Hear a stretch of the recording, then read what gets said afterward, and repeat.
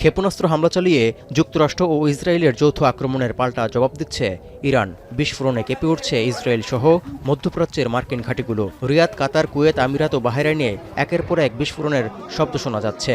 খবর পাওয়া যাচ্ছে ব্যাপক ক্ষয়ক্ষতি ও হতাহতের। শত্রুদের চূড়ান্তভাবে পরাজিত না করা পর্যন্ত পাল্টা অভিযান অব্যাহতের হুমকি দিয়েছে তেহরান। ঝুঁকি এড়াতে বাসিন্দাদের তেহরান ছেড়ে নিরাপদ স্থানে যাওয়ার নির্দেশ দেওয়া হয়েছে। আকাশসীমা বন্ধ করেছে ইরাক, বাহরাইন, কাতার, কুয়েত, সিরিয়া ও আমিরাত। জরুরি অবস্থা চলছে গোটা ইসরায়েলে। ভারতসহ অনেক দেশ মধ্যপ্রাচ্যগামী বিমান চলাচলও স্থগিত করেছে। ফ্লাইট বাতিল করেছে প্রায় 20টি বিমান সংস্থা। এর আগে প্রথমে তেহরান সহ ইরানের বিভিন্ন শহরে আচমকা হামলা শুরু করে ইসরায়েল ও যুক্তরাষ্ট্র।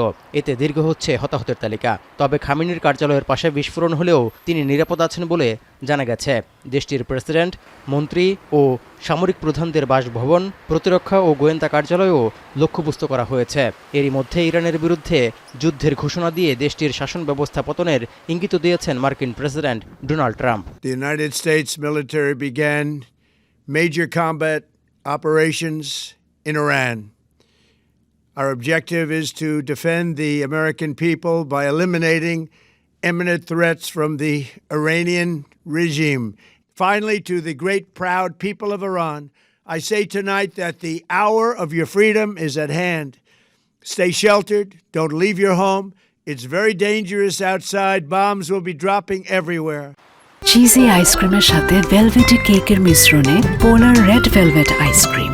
মন ভালো থাক। পাল্টা আক্রমণের পথ থেকে সরে না আসলে ইরানের ইসলামী বিপ্লবী গার্ড, সশস্ত্র বাহিনী এবং পুলিশ সদস্যদের নিশ্চিত মৃত্যুর মুখোমুখি হতে হবে বলেও হুমকি দিয়েছেন Trump. Lay down your weapons and have complete immunity, or in the alternative, face certain death. এই অবস্থায় খামেনিতন্ত্র উৎখাতের মাধ্যমে প্রত্যাবর্তনের সুযোগ তৈরি হওয়ায় বেশ খুশি নির্বাসিত যুবরাজ রেজেপ পাহলভি। আর অস্তিত্বের হুমকি দূর করতেই ইরানে যৌথ হামলার দাবি ইসরায়েলের প্রধানমন্ত্রী বেনিয়ামিন নেতানিয়াহুর। שיאפשרו לעם האיראני האמיץ לפרוק מעליו את עול המשטר הרצחני הזה.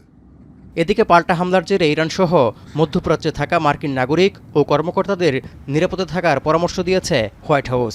কাতারে খোলা হয়েছে জরুরি আশ্রয়কেন্দ্র। তৌহিদুর রহমান, এখন বিশ্ব।